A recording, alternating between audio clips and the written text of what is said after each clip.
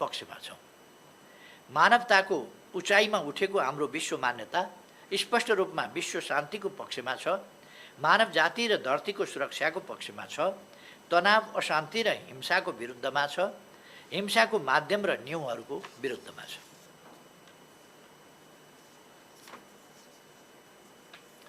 कतै तनाव देखिए संवादद्वारा घटाइनु पर्दछ।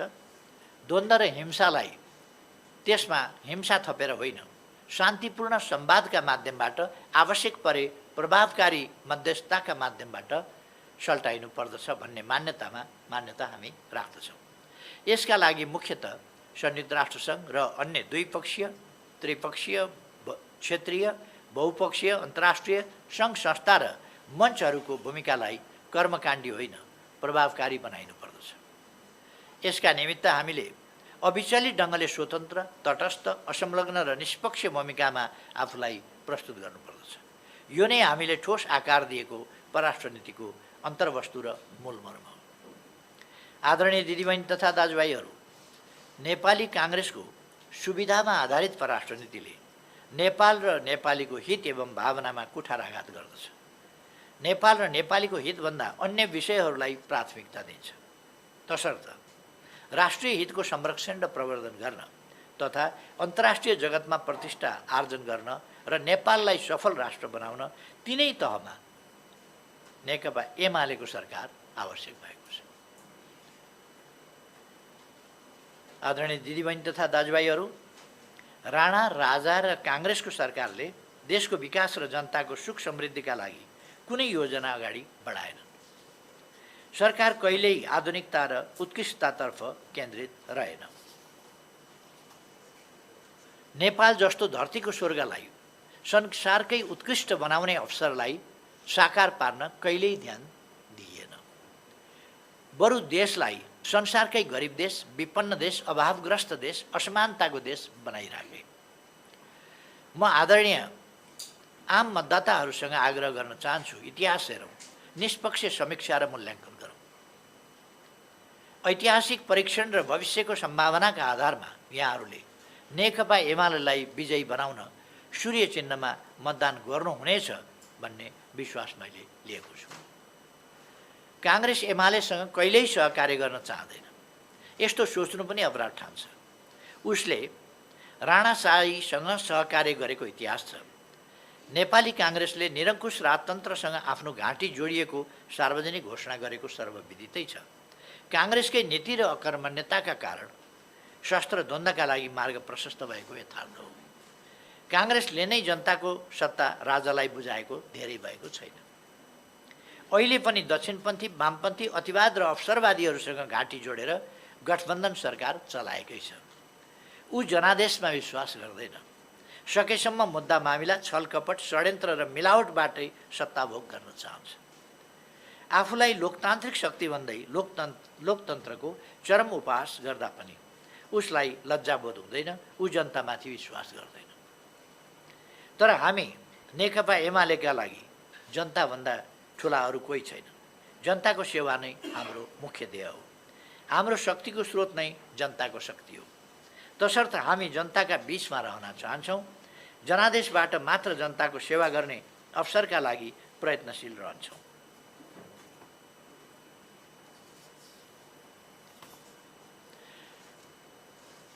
जनताको आदेश मान्छौँ। यस पटक पनि जनताबाट जनताको सेवा गर्ने अवसर हामीलाई प्राप्त हुनेमा त्यसै कारण हामी विश्वस्त छौँ।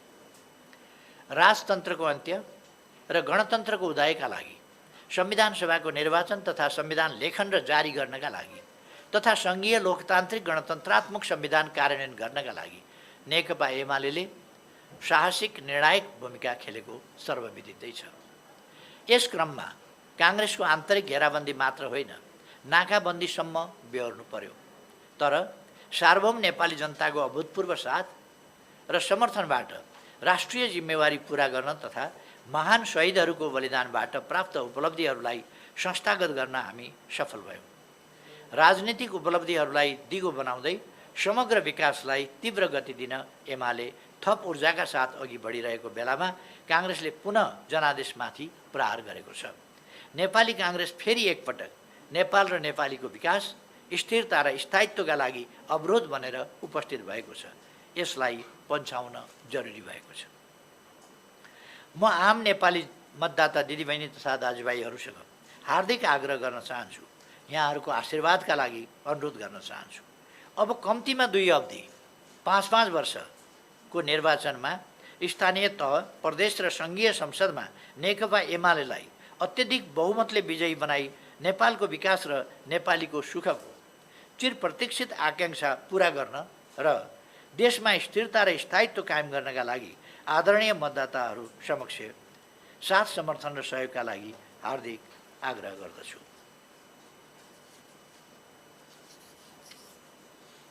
गठबन्धन बनाउनका लागि जनताको मत चाहिँदैन। जनताको मत त नेपालको विकास र समृद्धिको सुनौलो युग ल्याउनका लागि चाहिन्छ। त्यो युग नेकपा एमाले सुरु गरिसकेको छ र अबको 5 वर्षमा सम्पन्न गर्दछ।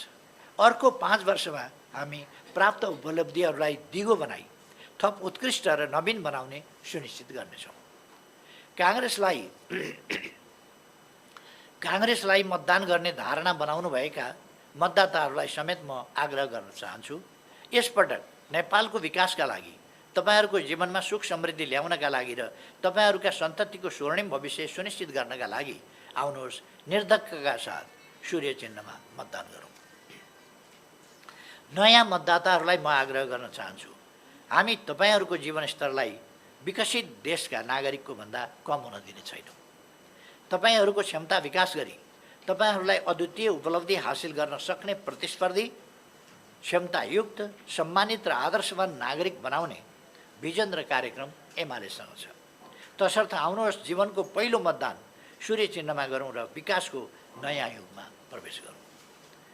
आदरणीय दिदीबहिनी तथा दाजुभाइहरू, नेकपा एमाले स्थानीय तहलाई लोकतन्त्र, विकास, निर्माण र आर्थिक वृद्धिको बलियो आधारस्तम्भ बनाउन चाहेको छ। जनसेवा प्रवाहको केन्द्रका रूपमा विकास गर्ने लक्ष्य लिएको छ। सुशासनको नमुना बनाउने उद्देश्य राखेको छ। स्थानीय तहलाई राष्ट्रियता, सामाजिक सद्भाव र सरकारप्रतिको जनविश्वासको प्रवर्धकको रूपमा विकास गर्न एमाले प्रतिबद्ध छ।